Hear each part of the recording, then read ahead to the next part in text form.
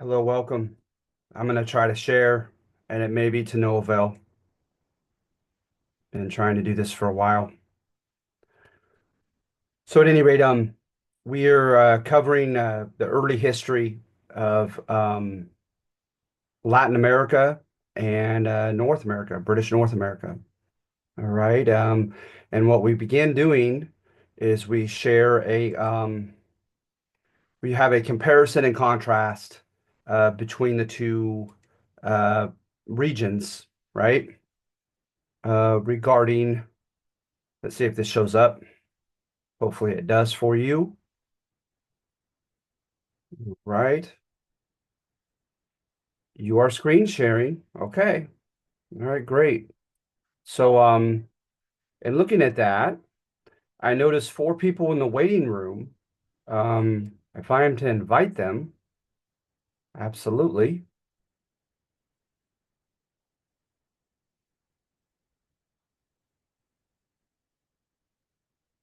Right. So at any rate, I hope that you're able to join us. In doing so, let's see here, admit all. Hopefully you're able to join us now. Let me get the few names that I have here. Give you your credit for being here today. I thank you for that. All right. So, when you do the narrative of the wars for independence, right, it kind of it bifurcates into two broad categories. All right. And the two broad categories tend to be uh, ideological and material. All right. What do we mean by that? Meaning some people infer motives that are that have been romanticized, fighting for the freedom, the natural rights of mankind, fighting against tyrannical government, etc. Right, amongst the founding fathers in particular. And then you have those who say, no, I think they had power in mind. I think they had a desire to usurp the people's position just above them, and um, and I believe that their rhetoric, right, was just manipulative propaganda to try to get what they wanted and feed hope and give a reason for fighting to the common colonists to fight and die with and for them. All right. And so you have a broad array of views on this. So at any rate, looking at the U.S. war for independence, you look at things that are commonly held as historically relevant. All right, regardless of whether you take a material stance and think that these guys were in it for themselves, or if you take a more ideological stance and believe, like what we were taught as young kids, that we have an exceptional, special country born on the desire to ensure basic and alienable rights for its citizens. All right. So, for one, you have ambiguity regarding rights, a little bit more so than in Spanish America, because they had English common law. It was organic, it was like a living, growing plant or organism. And so it was from a series, an amalgamation of judge decisions, parliamentary acts, executive decrees by kings and queens, and interpretations to previous laws by jurists, jurists. So it was quite complicated. And then you have the fact that, Massachusetts Bay Colony with the Puritans, as you saw, they were told you have all the rights of English subjects as if you were born in England proper, right? But that was not the case with all 13 colonies. And so is it just a case by case basis? Is it because it's contractual? Because, it was definitely under the notion of civic rights, and the idea of a civic or government originated right is that what the government gives, the government could take away, right? And the government could decide what to offer you and what not to. So, you have that component. You have the component that the colonists were having demographic changes. A population boom happened in the early to mid 1700s in the northern North American colonies. And you also had people moving from the cities out to the western periphery of their states or colonies. And you had also simultaneously a movement of urbanization, people moving into the cities as well. And so the idea was is that the British Crown had just won the in its sense of security and hegemony had just won the North American colonies by way of the French and Indian War against the French. And so now they had to administer it. And they have a growing population. The population's always on the move. So they're talking about sending and keeping troops over here for law and order, for protection, with fighting with Native Americans, et cetera, et cetera. So that tends to be kind of universally relevant. And then you also have the fact that the colonies were quite rebellious up until the time of the War for Independence. When you look at the assemblies garnering power for themselves by way of demanding a consent on taxes, consent on their own governor's salary, consent on the just the allocation of revenue from taxes and how that money from the people is to be spent, um, especially in the New England area. The colonial elected assemblymen who were colonists, not Brits from England, by and large, were gaining more and more power politically. And then economically, people were smuggling like crazy. The customs officials developed a poor reputation for their enforcement. It was not a well-paying job.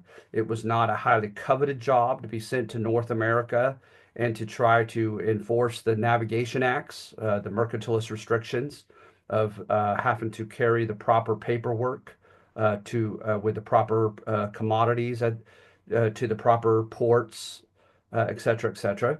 And so that was another issue that the colonists needed to be put in their place at the end of the French and Indian War.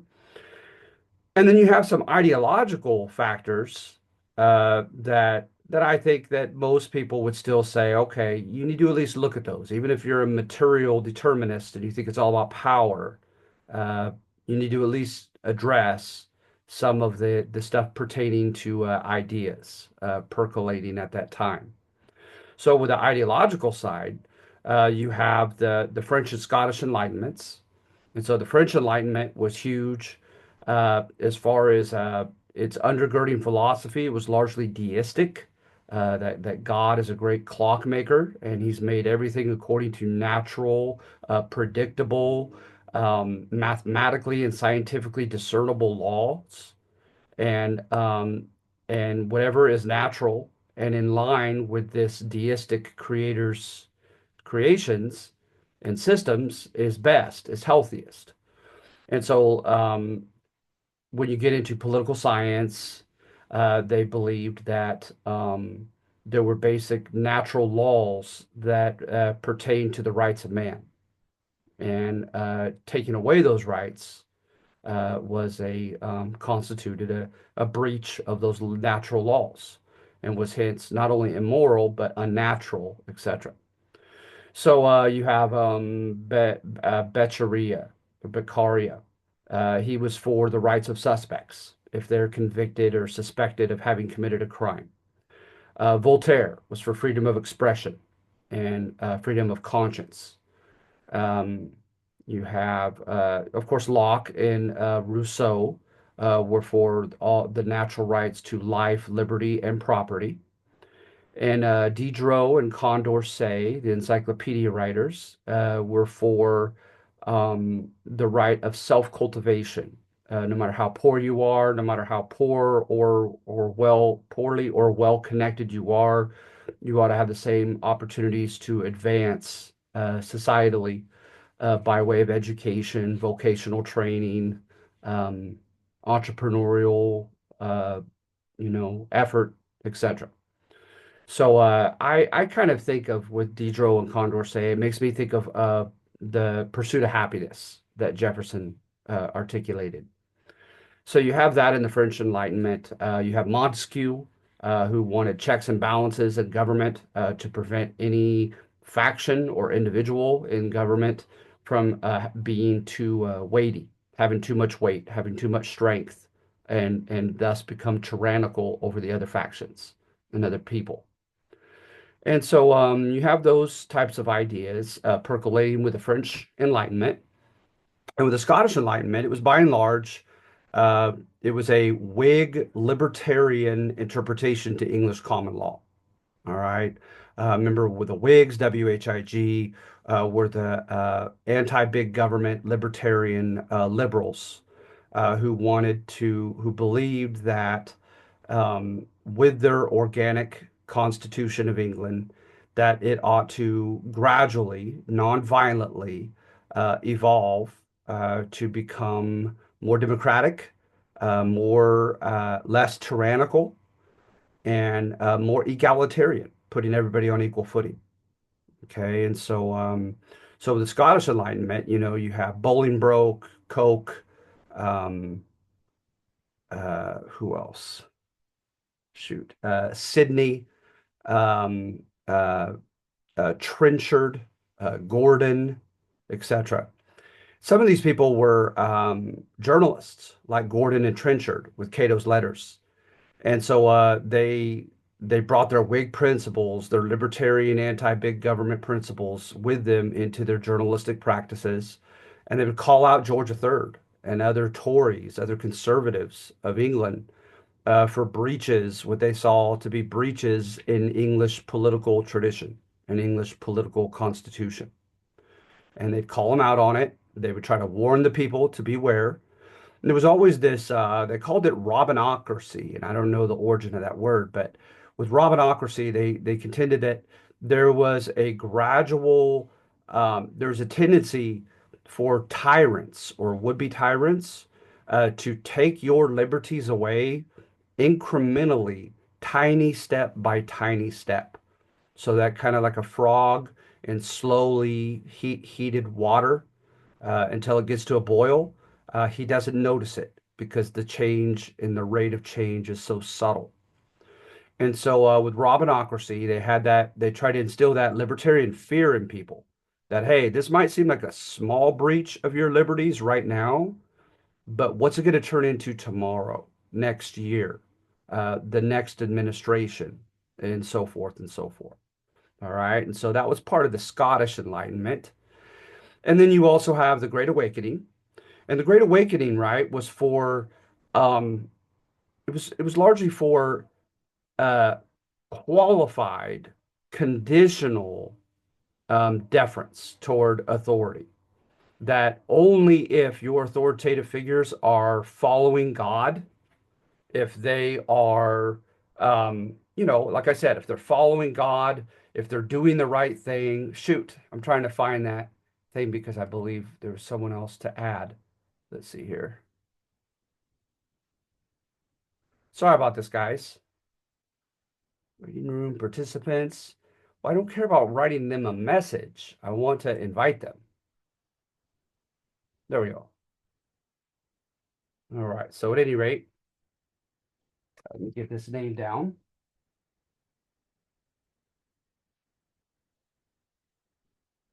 Okay, so with these ideas, right? You have the idea that you should defer to your Anglican clergy, the official church and state leaders of the Anglican Church of England, that you should adhere to them, you should obey them, you should show them deference and knowing your place, only if they're following God. And if they're not following the Bible and they're not following God, then you have the righteous right to rebel. So kind of a notion of nonviolent civil disobedience, right? That'll become popularized through Henry David Thoreau and Gandhi and Martin Luther King Jr., etc. So at any rate, that was another big factor, perhaps in the mid 1700s. because it didn't just reside amongst the clergy. If they could begin to defy their own priests, right, then they could defy their king. Because people would regularly give a toast to King George III or whoever happened to be the King of England or Queen before they ate dinner. And so to go from that type of deference, right, to fighting against the crown's troops in the War for Independence, that requires an ideological revolution up in your head, right, to be able to do such. And so therein lies the power of the pamphleteers and the propagandists, the intelligentsia, right? Those leaders amongst the American Rebellion who used the power of the written and spoken word. All right. So of course you had Thomas Jefferson, right? And Thomas Jefferson, he's going to have, a sense of according to an historian named Richard Hofstadter, Thomas Jefferson is going to have a grave sense of contradiction and hypocrisy coming from his mother's Randolph family that was Scottish nobility. And he was given his education, a free seat at the Royal Council of Virginia, and all kinds of other, prerogatives, privileges, powers, and opportunities because of that royal blood. But yet he's reading things of the French and Scottish Enlightenment, right, that were against privilege, that were against artificial, privileges, just because of your last name.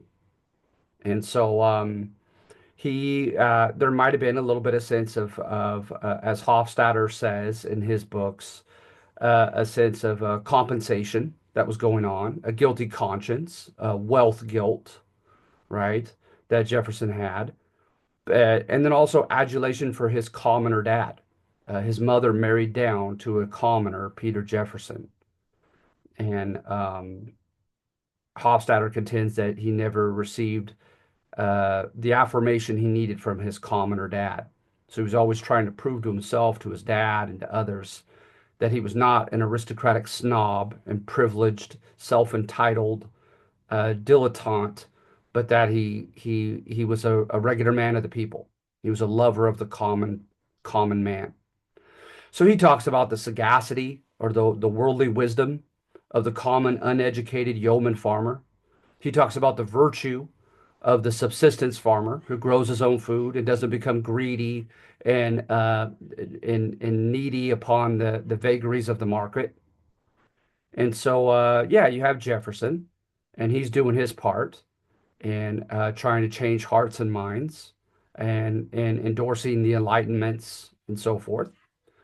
You also have Alexander Hamilton, despite going to Columbia College, which was known as King's College at that time, Columbia University. He had very conservative Miles Cooper and other conservative mentors, but it didn't matter, right? Because he devoured voraciously, states his biographers, these Enlightenment works, and he gave in to them quite easily.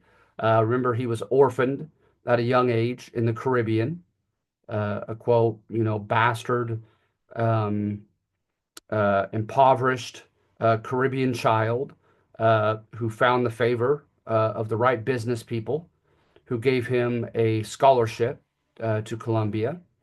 And so he absolutely believed in Diderot and Condorcet's notion of the self-made man, self-cultivation, natural rights of mankind, etc.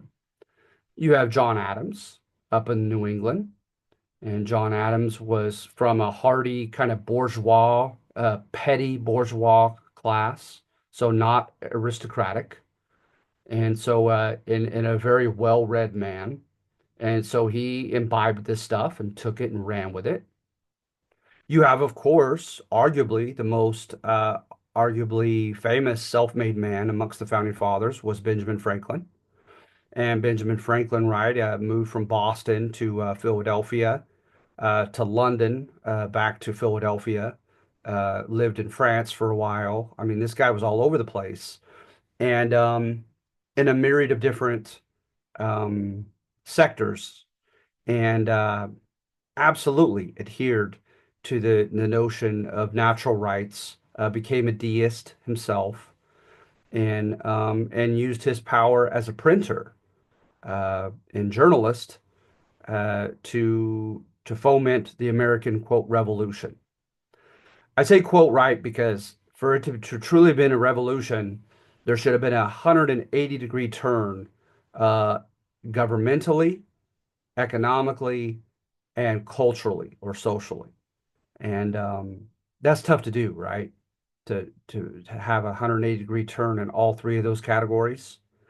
That's why people are oftentimes quite stingy with that term revolution and kind of use it only when it comes to France in the 1780s and 90s, uh, Russia around 1917, and so forth. They're quite stingy with that term. So it could have been just merely an American war for independence. It could have been a revolution. A revolution in the sense that they got rid of the aristocracy, they got rid of the mercantilist economy, and they replaced them, right, with a somewhat more egalitarian capitalistic economy that was open for everybody to freely compete in, right? Also, they put an end to the notion of deference toward the old order, right? The aristocracy. Remember, aristoi in Greek means the best, so those who are supposedly to be held as the best. Deference toward them and them automatically being given political positions and economic opportunities. We got rid of that, right? There's no landed nobility in America, according to the Constitution, to be recognized. Um, we got rid of a monarch, at least in name, right? And with a legal term, a limited term, checks and balances, impeachment powers to have him or her removed as the chief executive or president. So we're no longer, a constitutional monarchy politically, and so economically from mercantilism to capitalism, and supposedly culturally, right, much more egalitarian, and for the self-made man as opposed to aristocratic. All right, so Gordon S. Wood and other historians make that contention. But then, right, you look and say, okay, well, wait a minute. Let's look at the types of government that we devised. Let's look at the new constitutions of the states, for instance, right? As they had ended their colonial charters and established themselves as new independent states of a new country, right? When you look at the state constitutions, they did not democratize that much. Uh, so, for instance, right, all the way up to the time of the Civil War, only five states amongst the 19 northern states, and including the 11 southern states, um, only five states gave some citizenship opportunities and rights and protections to some black men only. That's it. All right. You're not going to get suffrage and basic political rights for women until Wyoming and New Jersey later on.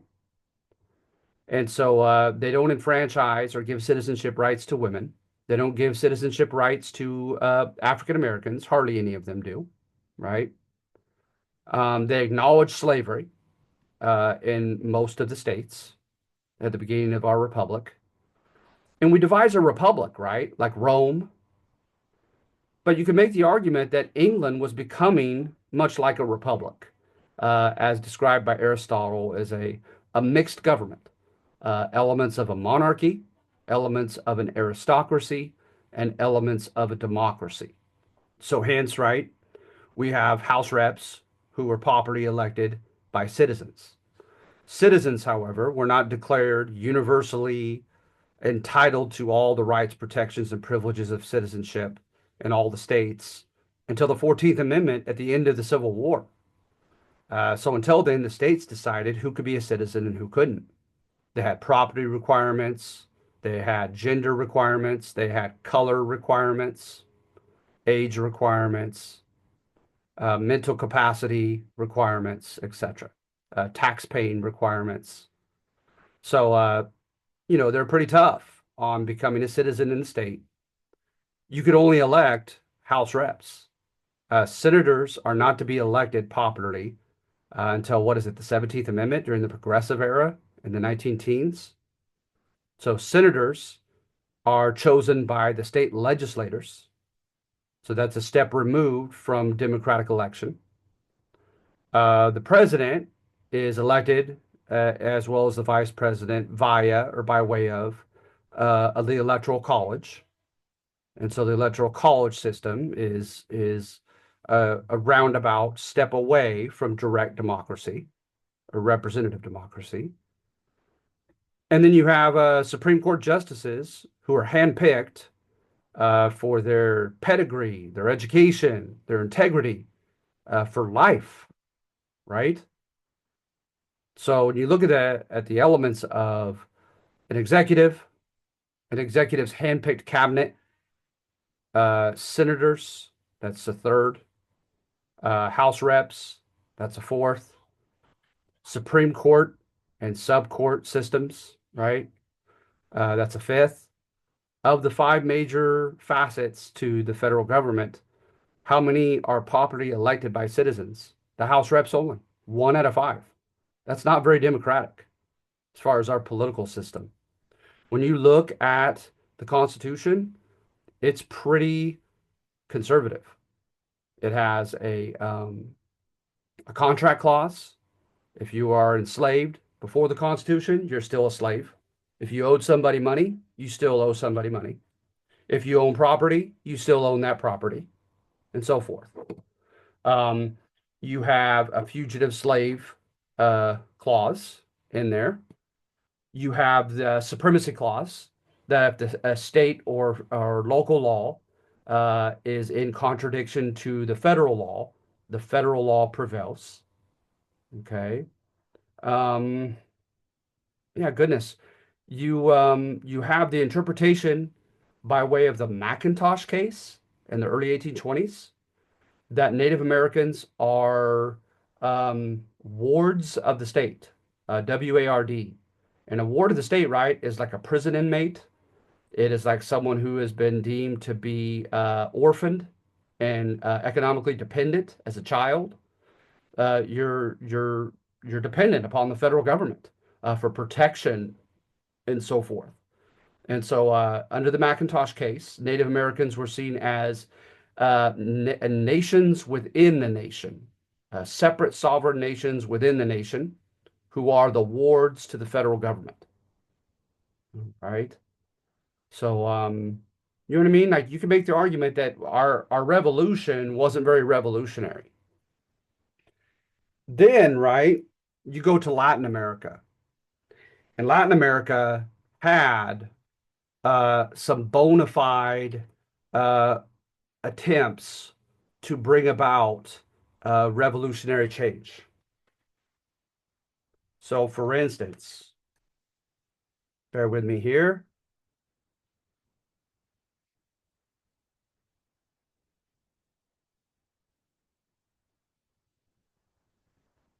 In Mexico and Latin America, on the contrary, figures like Francisco de Miranda and Miguel Hidalgo supported the principles of equality and brotherhood. Both supported, enlisted, and aimed to fight and live with Native Americans and men of all colors. Francisco de Miranda traveled to France and actually joined the French Revolution, where the monarchy was destroyed, the rights of all men declared, and nothing less than a new world order was momentarily established.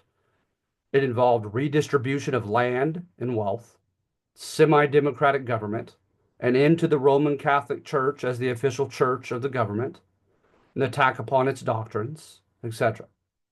Founding fathers like George Washington and John Adams were terrified by the French Revolution and its perceived excesses, how far it went.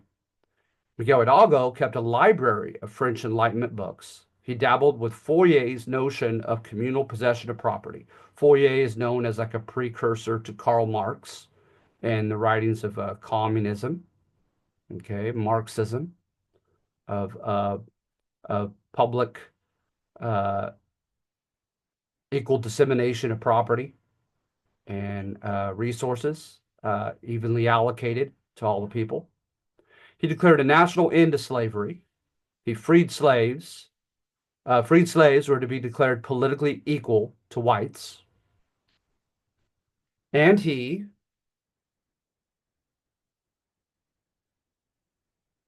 okay, sorry about that, guys.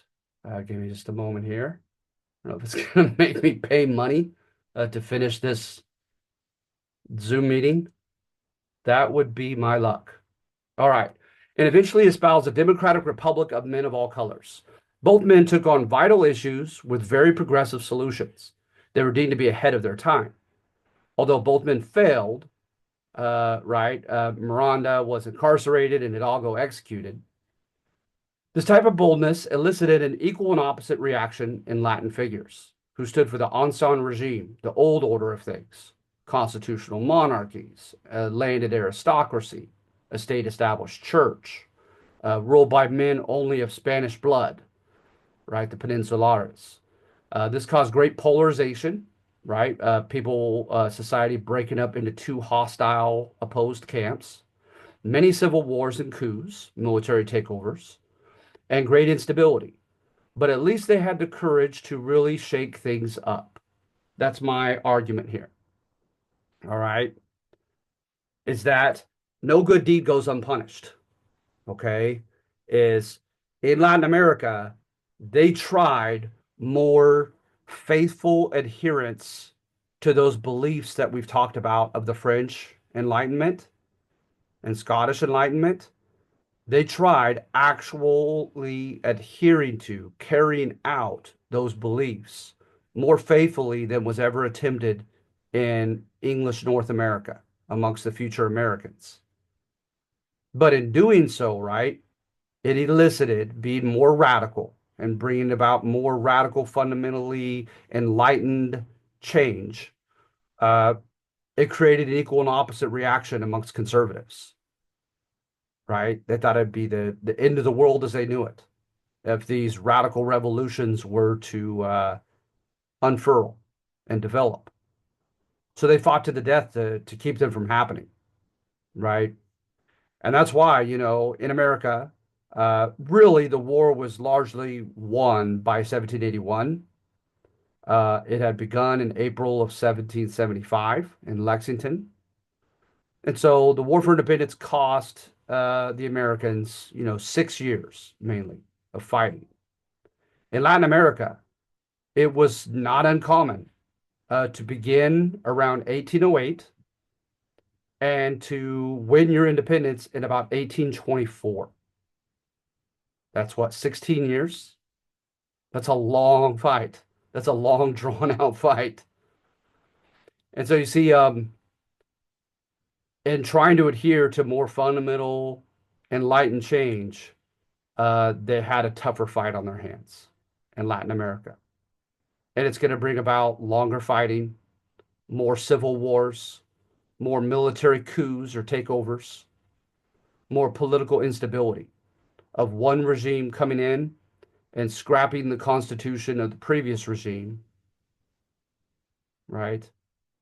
Uh, and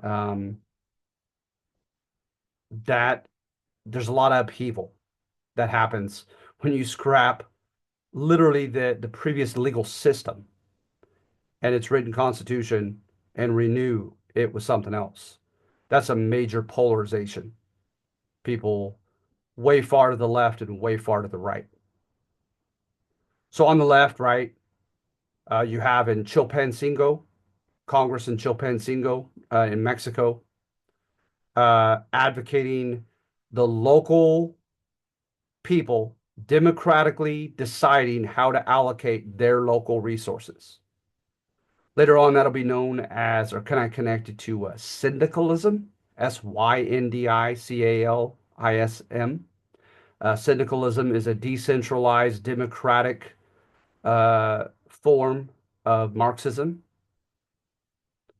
So you have that advocated at places like Chilpancingo.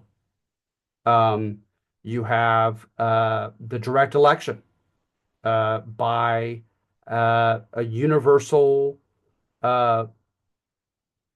gender-based, gender restricted, still not for women in Latin America either, but all men, men of all colors, that have not only the basic protections of the law, not only to participate suffrage-wise and elect leaders, but to run as leaders themselves.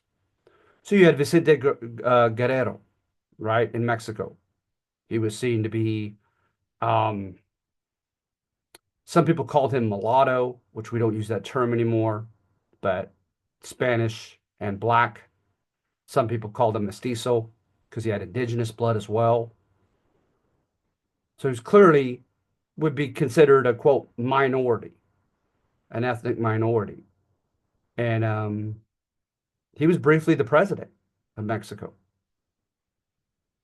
But then you also have someone like Anastasio Bustamante or Agustin de Iturbide, who the latter declared himself to be emperor.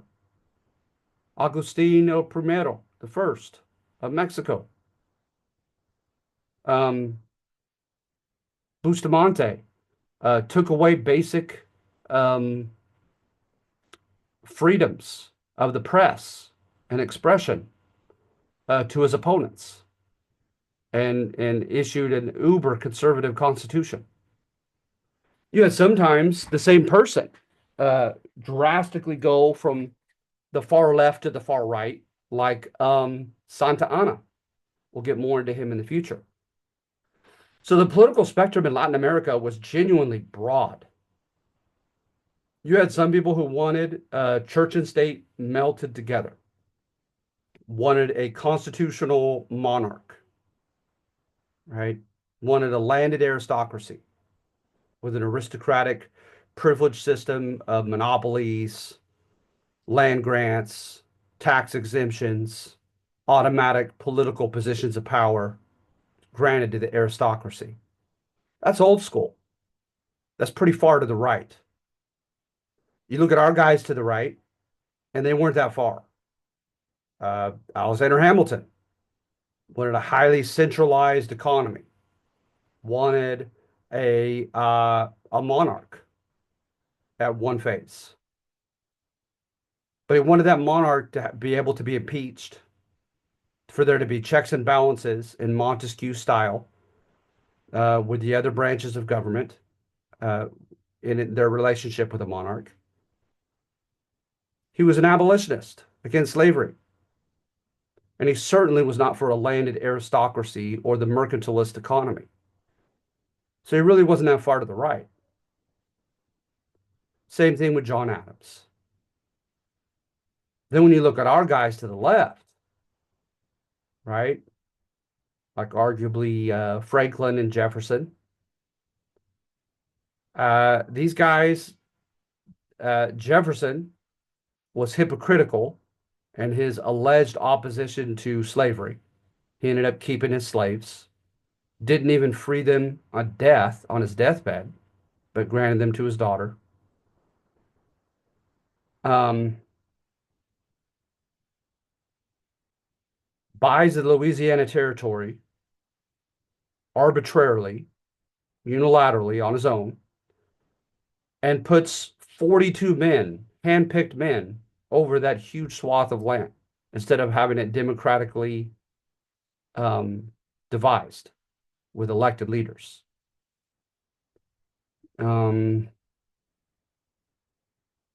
So you know what I mean? Like the guys on the American left were not very far to the left. The guys on the right were not very far to the right. So I would make the argument that when you had people like John Adams on the right and Thomas Jefferson on the left run against each other for president in 1796 and in 1800, that when they said, look out, this guy is going to implement these radical changes and they're going to be scary, I would make the argument that that was hyperbole. That was deliberate, manipulative exaggeration to scare people away from voting for their opposition. But that deep down they knew they were not fundamentally that different, left and right, from one another. They made a conservative consensus, right? The inequities of wealth were not addressed. Slavery was not addressed. The marginalization of Native Americans was not addressed. So real